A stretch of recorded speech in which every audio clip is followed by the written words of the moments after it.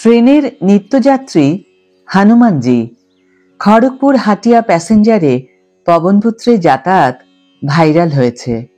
Hi everyone, welcome back to my channel Anjana entertainer. বন্ধুরা, তোমাদের সকলকে আমার এই ছোট্ট ইউটিউব চ্যানেলে স্বাগত জানাই। ঝাড়খণ্ডের এক কবির ক্যামেরায় ধরা পড়েছে হনুমানের এই যাত্রার কাহিনী, যা আপাতত ভাইরাল হয়েছে। হনুমানের ট্রেন ট্রাভেল নাকি ডেইলি প্যাসেঞ্জারি, যাই হোক না কেন, কথাগুলো অদ্ভুত ঠেকলেও এটাই খাঁটি বাস্তব। প্রায় প্রত্যেক দিন খড়গপুর হাটিয়া প্যাসেঞ্জারে রাঁচি ডিভিশনের সিল্লি থেকে রাঁচি পর্যন্ত ট্রেনের সিটে চড়ে যাওয়া আসা করে একটি হনুমান।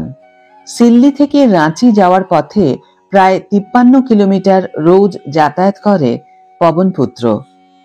50 কিলোমিটারের বেশি এই দীর্ঘ পথে একাধিক স্টেশন পড়ে, তার মধ্যে টাটি সিলওয়ে নামকুম স্টেশনে প্রায় সব ট্রেন স্টপেজ দেয়, কিন্তু ওই প্যাসেঞ্জার ট্রেন থেকে নামে না হনুমানজি। রাঁচি ঢোকার সময় সুবর্ণরেখা নদী পেরোলে তবেই সিট ছাড়ে সে, চলে আসে ওই প্যাসেঞ্জার ট্রেনের দরজায়। যে দরজায় সে থাকে তার উল্টো দিকে প্ল্যাটফর্ম পড়লেও ঠিক সেখানেই নামে ওই হনুমান, আবার ওই ট্রেনেই ফিরে আসে। এটাই যেন ওই হনুমানের রুটিন হয়ে গিয়েছে।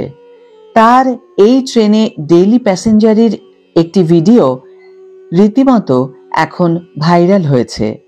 ঝাড়খণ্ডের তরুণ কবি শিবরাম কুমার নিজের মোবাইলে ভিডিওটি তুলে সমাজ মাধ্যমে পোস্ট করতেই ভাইরাল হয়ে যায়। কিন্তু পবনপুত্রের এই আচরণ কি সত্যিই বিস্ময়কর, নাকি কোনো বৈজ্ঞানিক বা জৈবিক ব্যাখ্যা রয়েছে? এই বিষয়ে কথা হচ্ছিল পুরুলিয়া বন বিভাগের ডিএফও অঞ্জন গুহর সঙ্গে। তার কথায় এই ঘটনা শুধুই বিস্ময়কর নয়, এর পেছনে বৈজ্ঞানিক ব্যাখ্যাও রয়েছে। বেশ কয়েকটি কারণে হনুমান এই আচরণ করতে পারে, এক এক করে সেই কথাই বলছিলেন তিনি।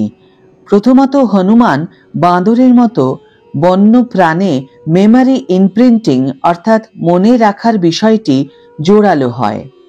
সেই কারণেই হয়তো একই ট্রেনে যাওয়া আসা করে প্রায় একই সময়ে, এমনকি হয়তো নির্দিষ্ট আসনেও বসে।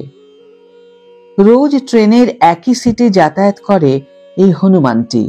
দ্বিতীয়ত, মানুষ যেমন খাওয়া, বাসস্থান বা অন্য কিছুর জন্য ঘুরে বেড়ায়, তেমনি বন্য প্রাণীর মধ্যেও এরকম একটি প্রবণতা রয়েছে ব্যাপকভাবে।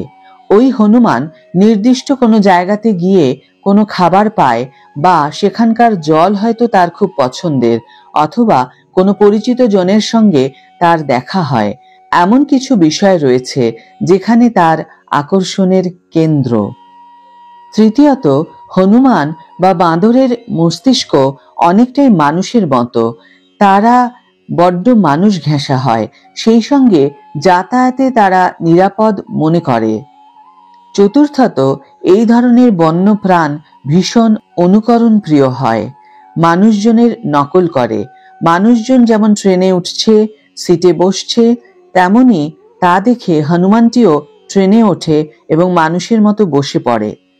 তাছাড়া কোনো বায়োলজিক্যাল নিড বা জৈবিক চাহিদা থেকেও প্রতিদিন 50 কিলোমিটারের বেশি রাস্তা ট্রেনে যাতায়াত করে সে।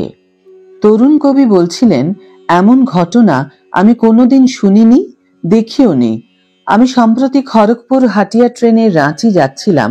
হনুমানের এমন আচরণ দেখে আমি ভিডিও করি। ট্রেনে ওঠা, সিটে বসা শুধু নয়, ওই যাত্রাপথে মাঝখানে 2টি স্টেশনে ট্রেনটি স্টপেজ দিলেও সেখানে সে নামে না।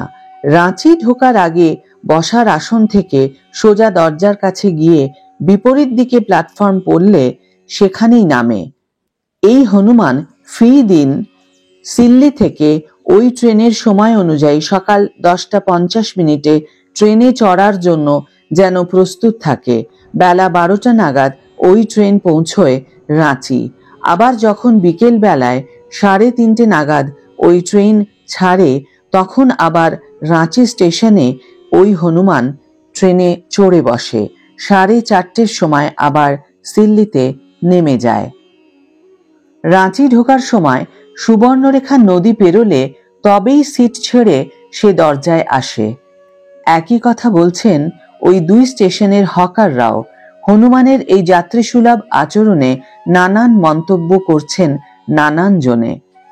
কেউ বলছেন এমন সহযাত্রী পেলে রোজ ট্রেনে চড়তে মন্দ লাগতো না। আবার কারো কথায় মানুষ ও বন্যপ্রাণীর সহাবস্থান আজও সম্ভব, যদি আমরা একে অপরকে স্থান দিই। আর এর বড় উদাহরণ এই হনুমানে।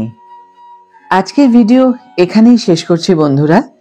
ভিডিওটি যদি ভালো লেগে থাকে তাহলে অবশ্যই একটা ছোট্ট করে লাইক দিও, শেয়ার করো বন্ধুদের সাথে, কমেন্ট করে জানিও এ বিষয়ে তোমাদের কি মতামত। যারা এখনো আমার চ্যানেলটিকে সাবস্ক্রাইব করোনি তারা অবশ্যই চ্যানেলটিকে সাবস্ক্রাইব করে আমার পাশে থেকো, আর যারা অলরেডি সাবস্ক্রাইব করে দিয়েছো তাদের জন্য আমার অনেক ভালোবাসা এবং অনেক ধন্যবাদ। আজ তাহলে বিদায় বন্ধু, দেখা হবে পরের ভিডিওতে।